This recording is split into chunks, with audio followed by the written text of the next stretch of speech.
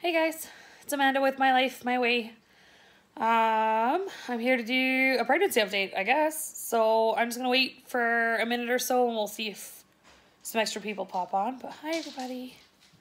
There's already 3 of you guys coming to join me today. There's my dog. Just saw him move around.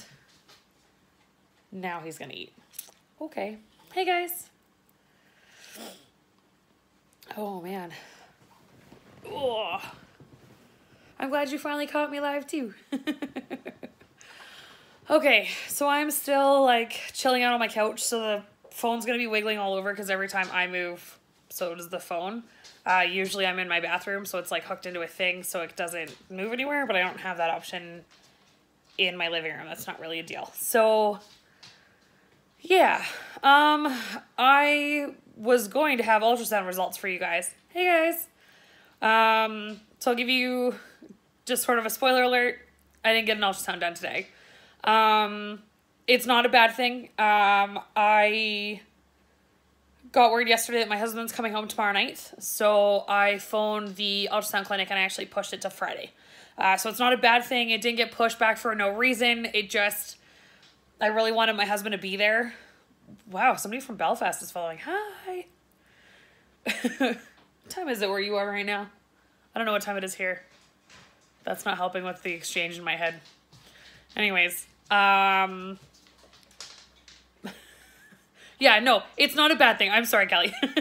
It's not a bad thing. So I moved the ultrasound to Friday just so that my husband can be there with me.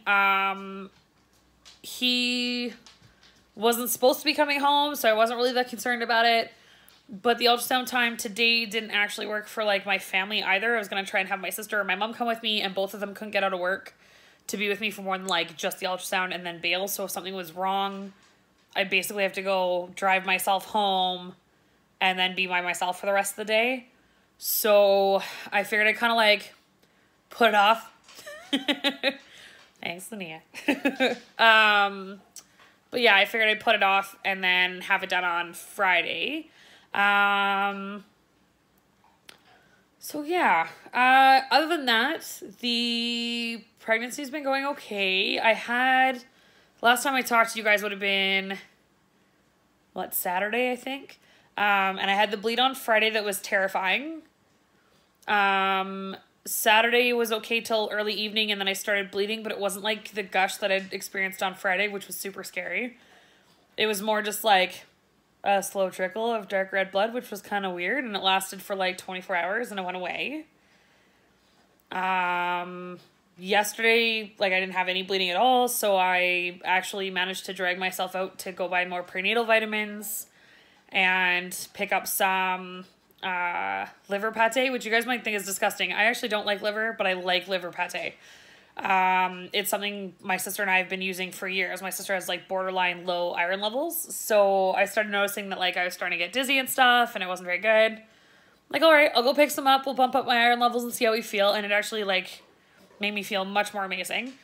I went over to a friend of mine's place to kind of chill out on her couch for a little while. We didn't get very far. I moved from my couch to her couch. And there was no bleeding yesterday at all. And then I woke up this morning, and in the amount of time it took me to wake up in the morning, walk down the 4 stairs. I don't have a very big house, so don't get super excited, but I walked 4 stairs down to go let my dog out. And then back to the bathroom, and it actually soaked through an entire pad, like in what, a minute maybe. So that was terrifying, but again, like, only liquid, no clots, no nothing. So it fits more along the lines of like, this might be a subchorionic hemorrhage than a miscarriage. So I'm still holding out a lot of hope. I'm still a little worried, but the bleeding has again stopped since. Like, that was it. It was once, and then there's been no more since. So like, I'm not leaking. I'm not like spotting. I'm not doing any of that stuff. So I don't know. I've never had one before. It's never been something I've experienced before. And the 2 losses that I've had, only one of them would be considered normal. So the first one was a miscarriage, and it broke a whole lot of rules that I learned about stuff online. So yeah, I'm kind of just like hanging in there. A whole bunch of you guys have sent me stories about like how you know somebody that has like gone through stuff like this, and that it turned out relatively positive. So I'm hoping that it's good. But basically at this point, I phoned up my family doctor, or my OBG. I phoned up her office and I talked to her assistant and I was like, hey, look, this is what's been going on. And what do I do about it? Do you want me on bed rest? What do you want me doing? And she's like, I don't think you need to be on bed rest. You know, just go about your daily stuff. And if you see more bleeding, go to the emergency department. And I was like, I'm not going to the emergency department for bleeding. I don't need a Rogan shot. I'm A positive, so it doesn't matter what my husband is. Not a big deal. And, hi guys. So, yes, I will update you again on Friday. I promise. But yeah, so I will get an ultrasound done on Friday, but I'm not going to go to emerge for minor bleeding. Basically, if I'm not majorly bleeding more than like 2 pads an hour, there's nothing they can do about it. I don't need the Rogan shot. And if I'm miscarrying, I'm miscarrying. There's nothing they're going to be able to do to save that. And as sad and as awful as that is, I've been through it twice. The second time, we never even bothered going to the hospital. I followed up with my family doctor. He took bloods once a week. He made sure that I was doing okay. And I made sure that the bleeding didn't get wild and out of control. And that was pretty much it. Like, that's all you can do, unfortunately. They can't make that stop. They can't make it not be a miscarriage. And to be honest with you, if that's the information I'm going to learn, I'd rather have my husband there. So as much as it sucks, I put it off for 2 days. And I'm so sorry. I know you guys were so excited to come on here today and find out how the ultrasound went. And hopefully, like, it was a great ultrasound and everything else. And you could be here to congratulate me. I pushed it by 2 days just so he could be there with me. I just kind of need his support and stuff. So, yeah. Yes, I will have them check my progesterone levels when I go next time around to go get blood work done. I haven't had any done this week, mostly because I haven't left my house. But again, it's either going up or it's not, right? Like, it's either a miscarriage or it's not. So I haven't been too worried about it. They went up initially. That's really all you can ask for. Oh, sorry, but I missed that. We're, I think, 7 weeks this week. So according to my little app thing, the baby is like the size of a raspberry. Woohoo. So yeah, so I've had some on again, off again bleeding. We had some on Friday, some slow stuff on Sunday. And then again this morning I had like a nice, fantastic gush of blood. So that's fantastic. But I'm hoping it's still okay. I'm hoping it's just a subchorionic hemorrhage. I'm super excited you're pregnant too, by the way. There's a whole bunch of you guys that are following along with me that actually got pregnant like right around the same time as me, which is amazing, and I'm super excited about it. I have not been working. This has literally been my house right here. Ready? Whoop, this is my couch, my water bottle. And then on this side, excuse my dirty kitchen in the background, these are my flowers that my husband sent me. And I have like my cross-stitch material and some like reading stuff, and my TV's in front of me, and I've been Netflixing because we don't have cable. And to be honest with you, daytime cable always sucked anyway, so I don't think I'm missing out on a whole lot. But that's pretty much all I'm doing. I am sitting up with my feet up. This is a recliner chair, so the feet are up. And that's really all I can do at this point. So yeah, I'm just kind of like taking it easy. As for pregnancy symptoms, my boobs still hurt like nobody's business. I do remember that from the first time around, so that's not a big surprise. Watching them change has been bizarre. It was bizarre the first time we got pregnant too. So we made it to like 8.5 weeks, so there was like some of that going on. For the nausea, it hasn't been nearly as bad. Our first pregnancy, where I actually had enough pregnancy hormone to be pregnant for quite a while. I remember being sick like all the time, from the time I woke up in the morning till I went to bed. I never actually vomited. I just felt sick all the time. And the more I got up and moved around, the worse it got. This time around, I don't have any of that. I get randomly nauseous, which is kind of a pain in the butt, because you don't know when it's coming. Like, I'll just cough the wrong way, and all of a sudden I'm super nauseous.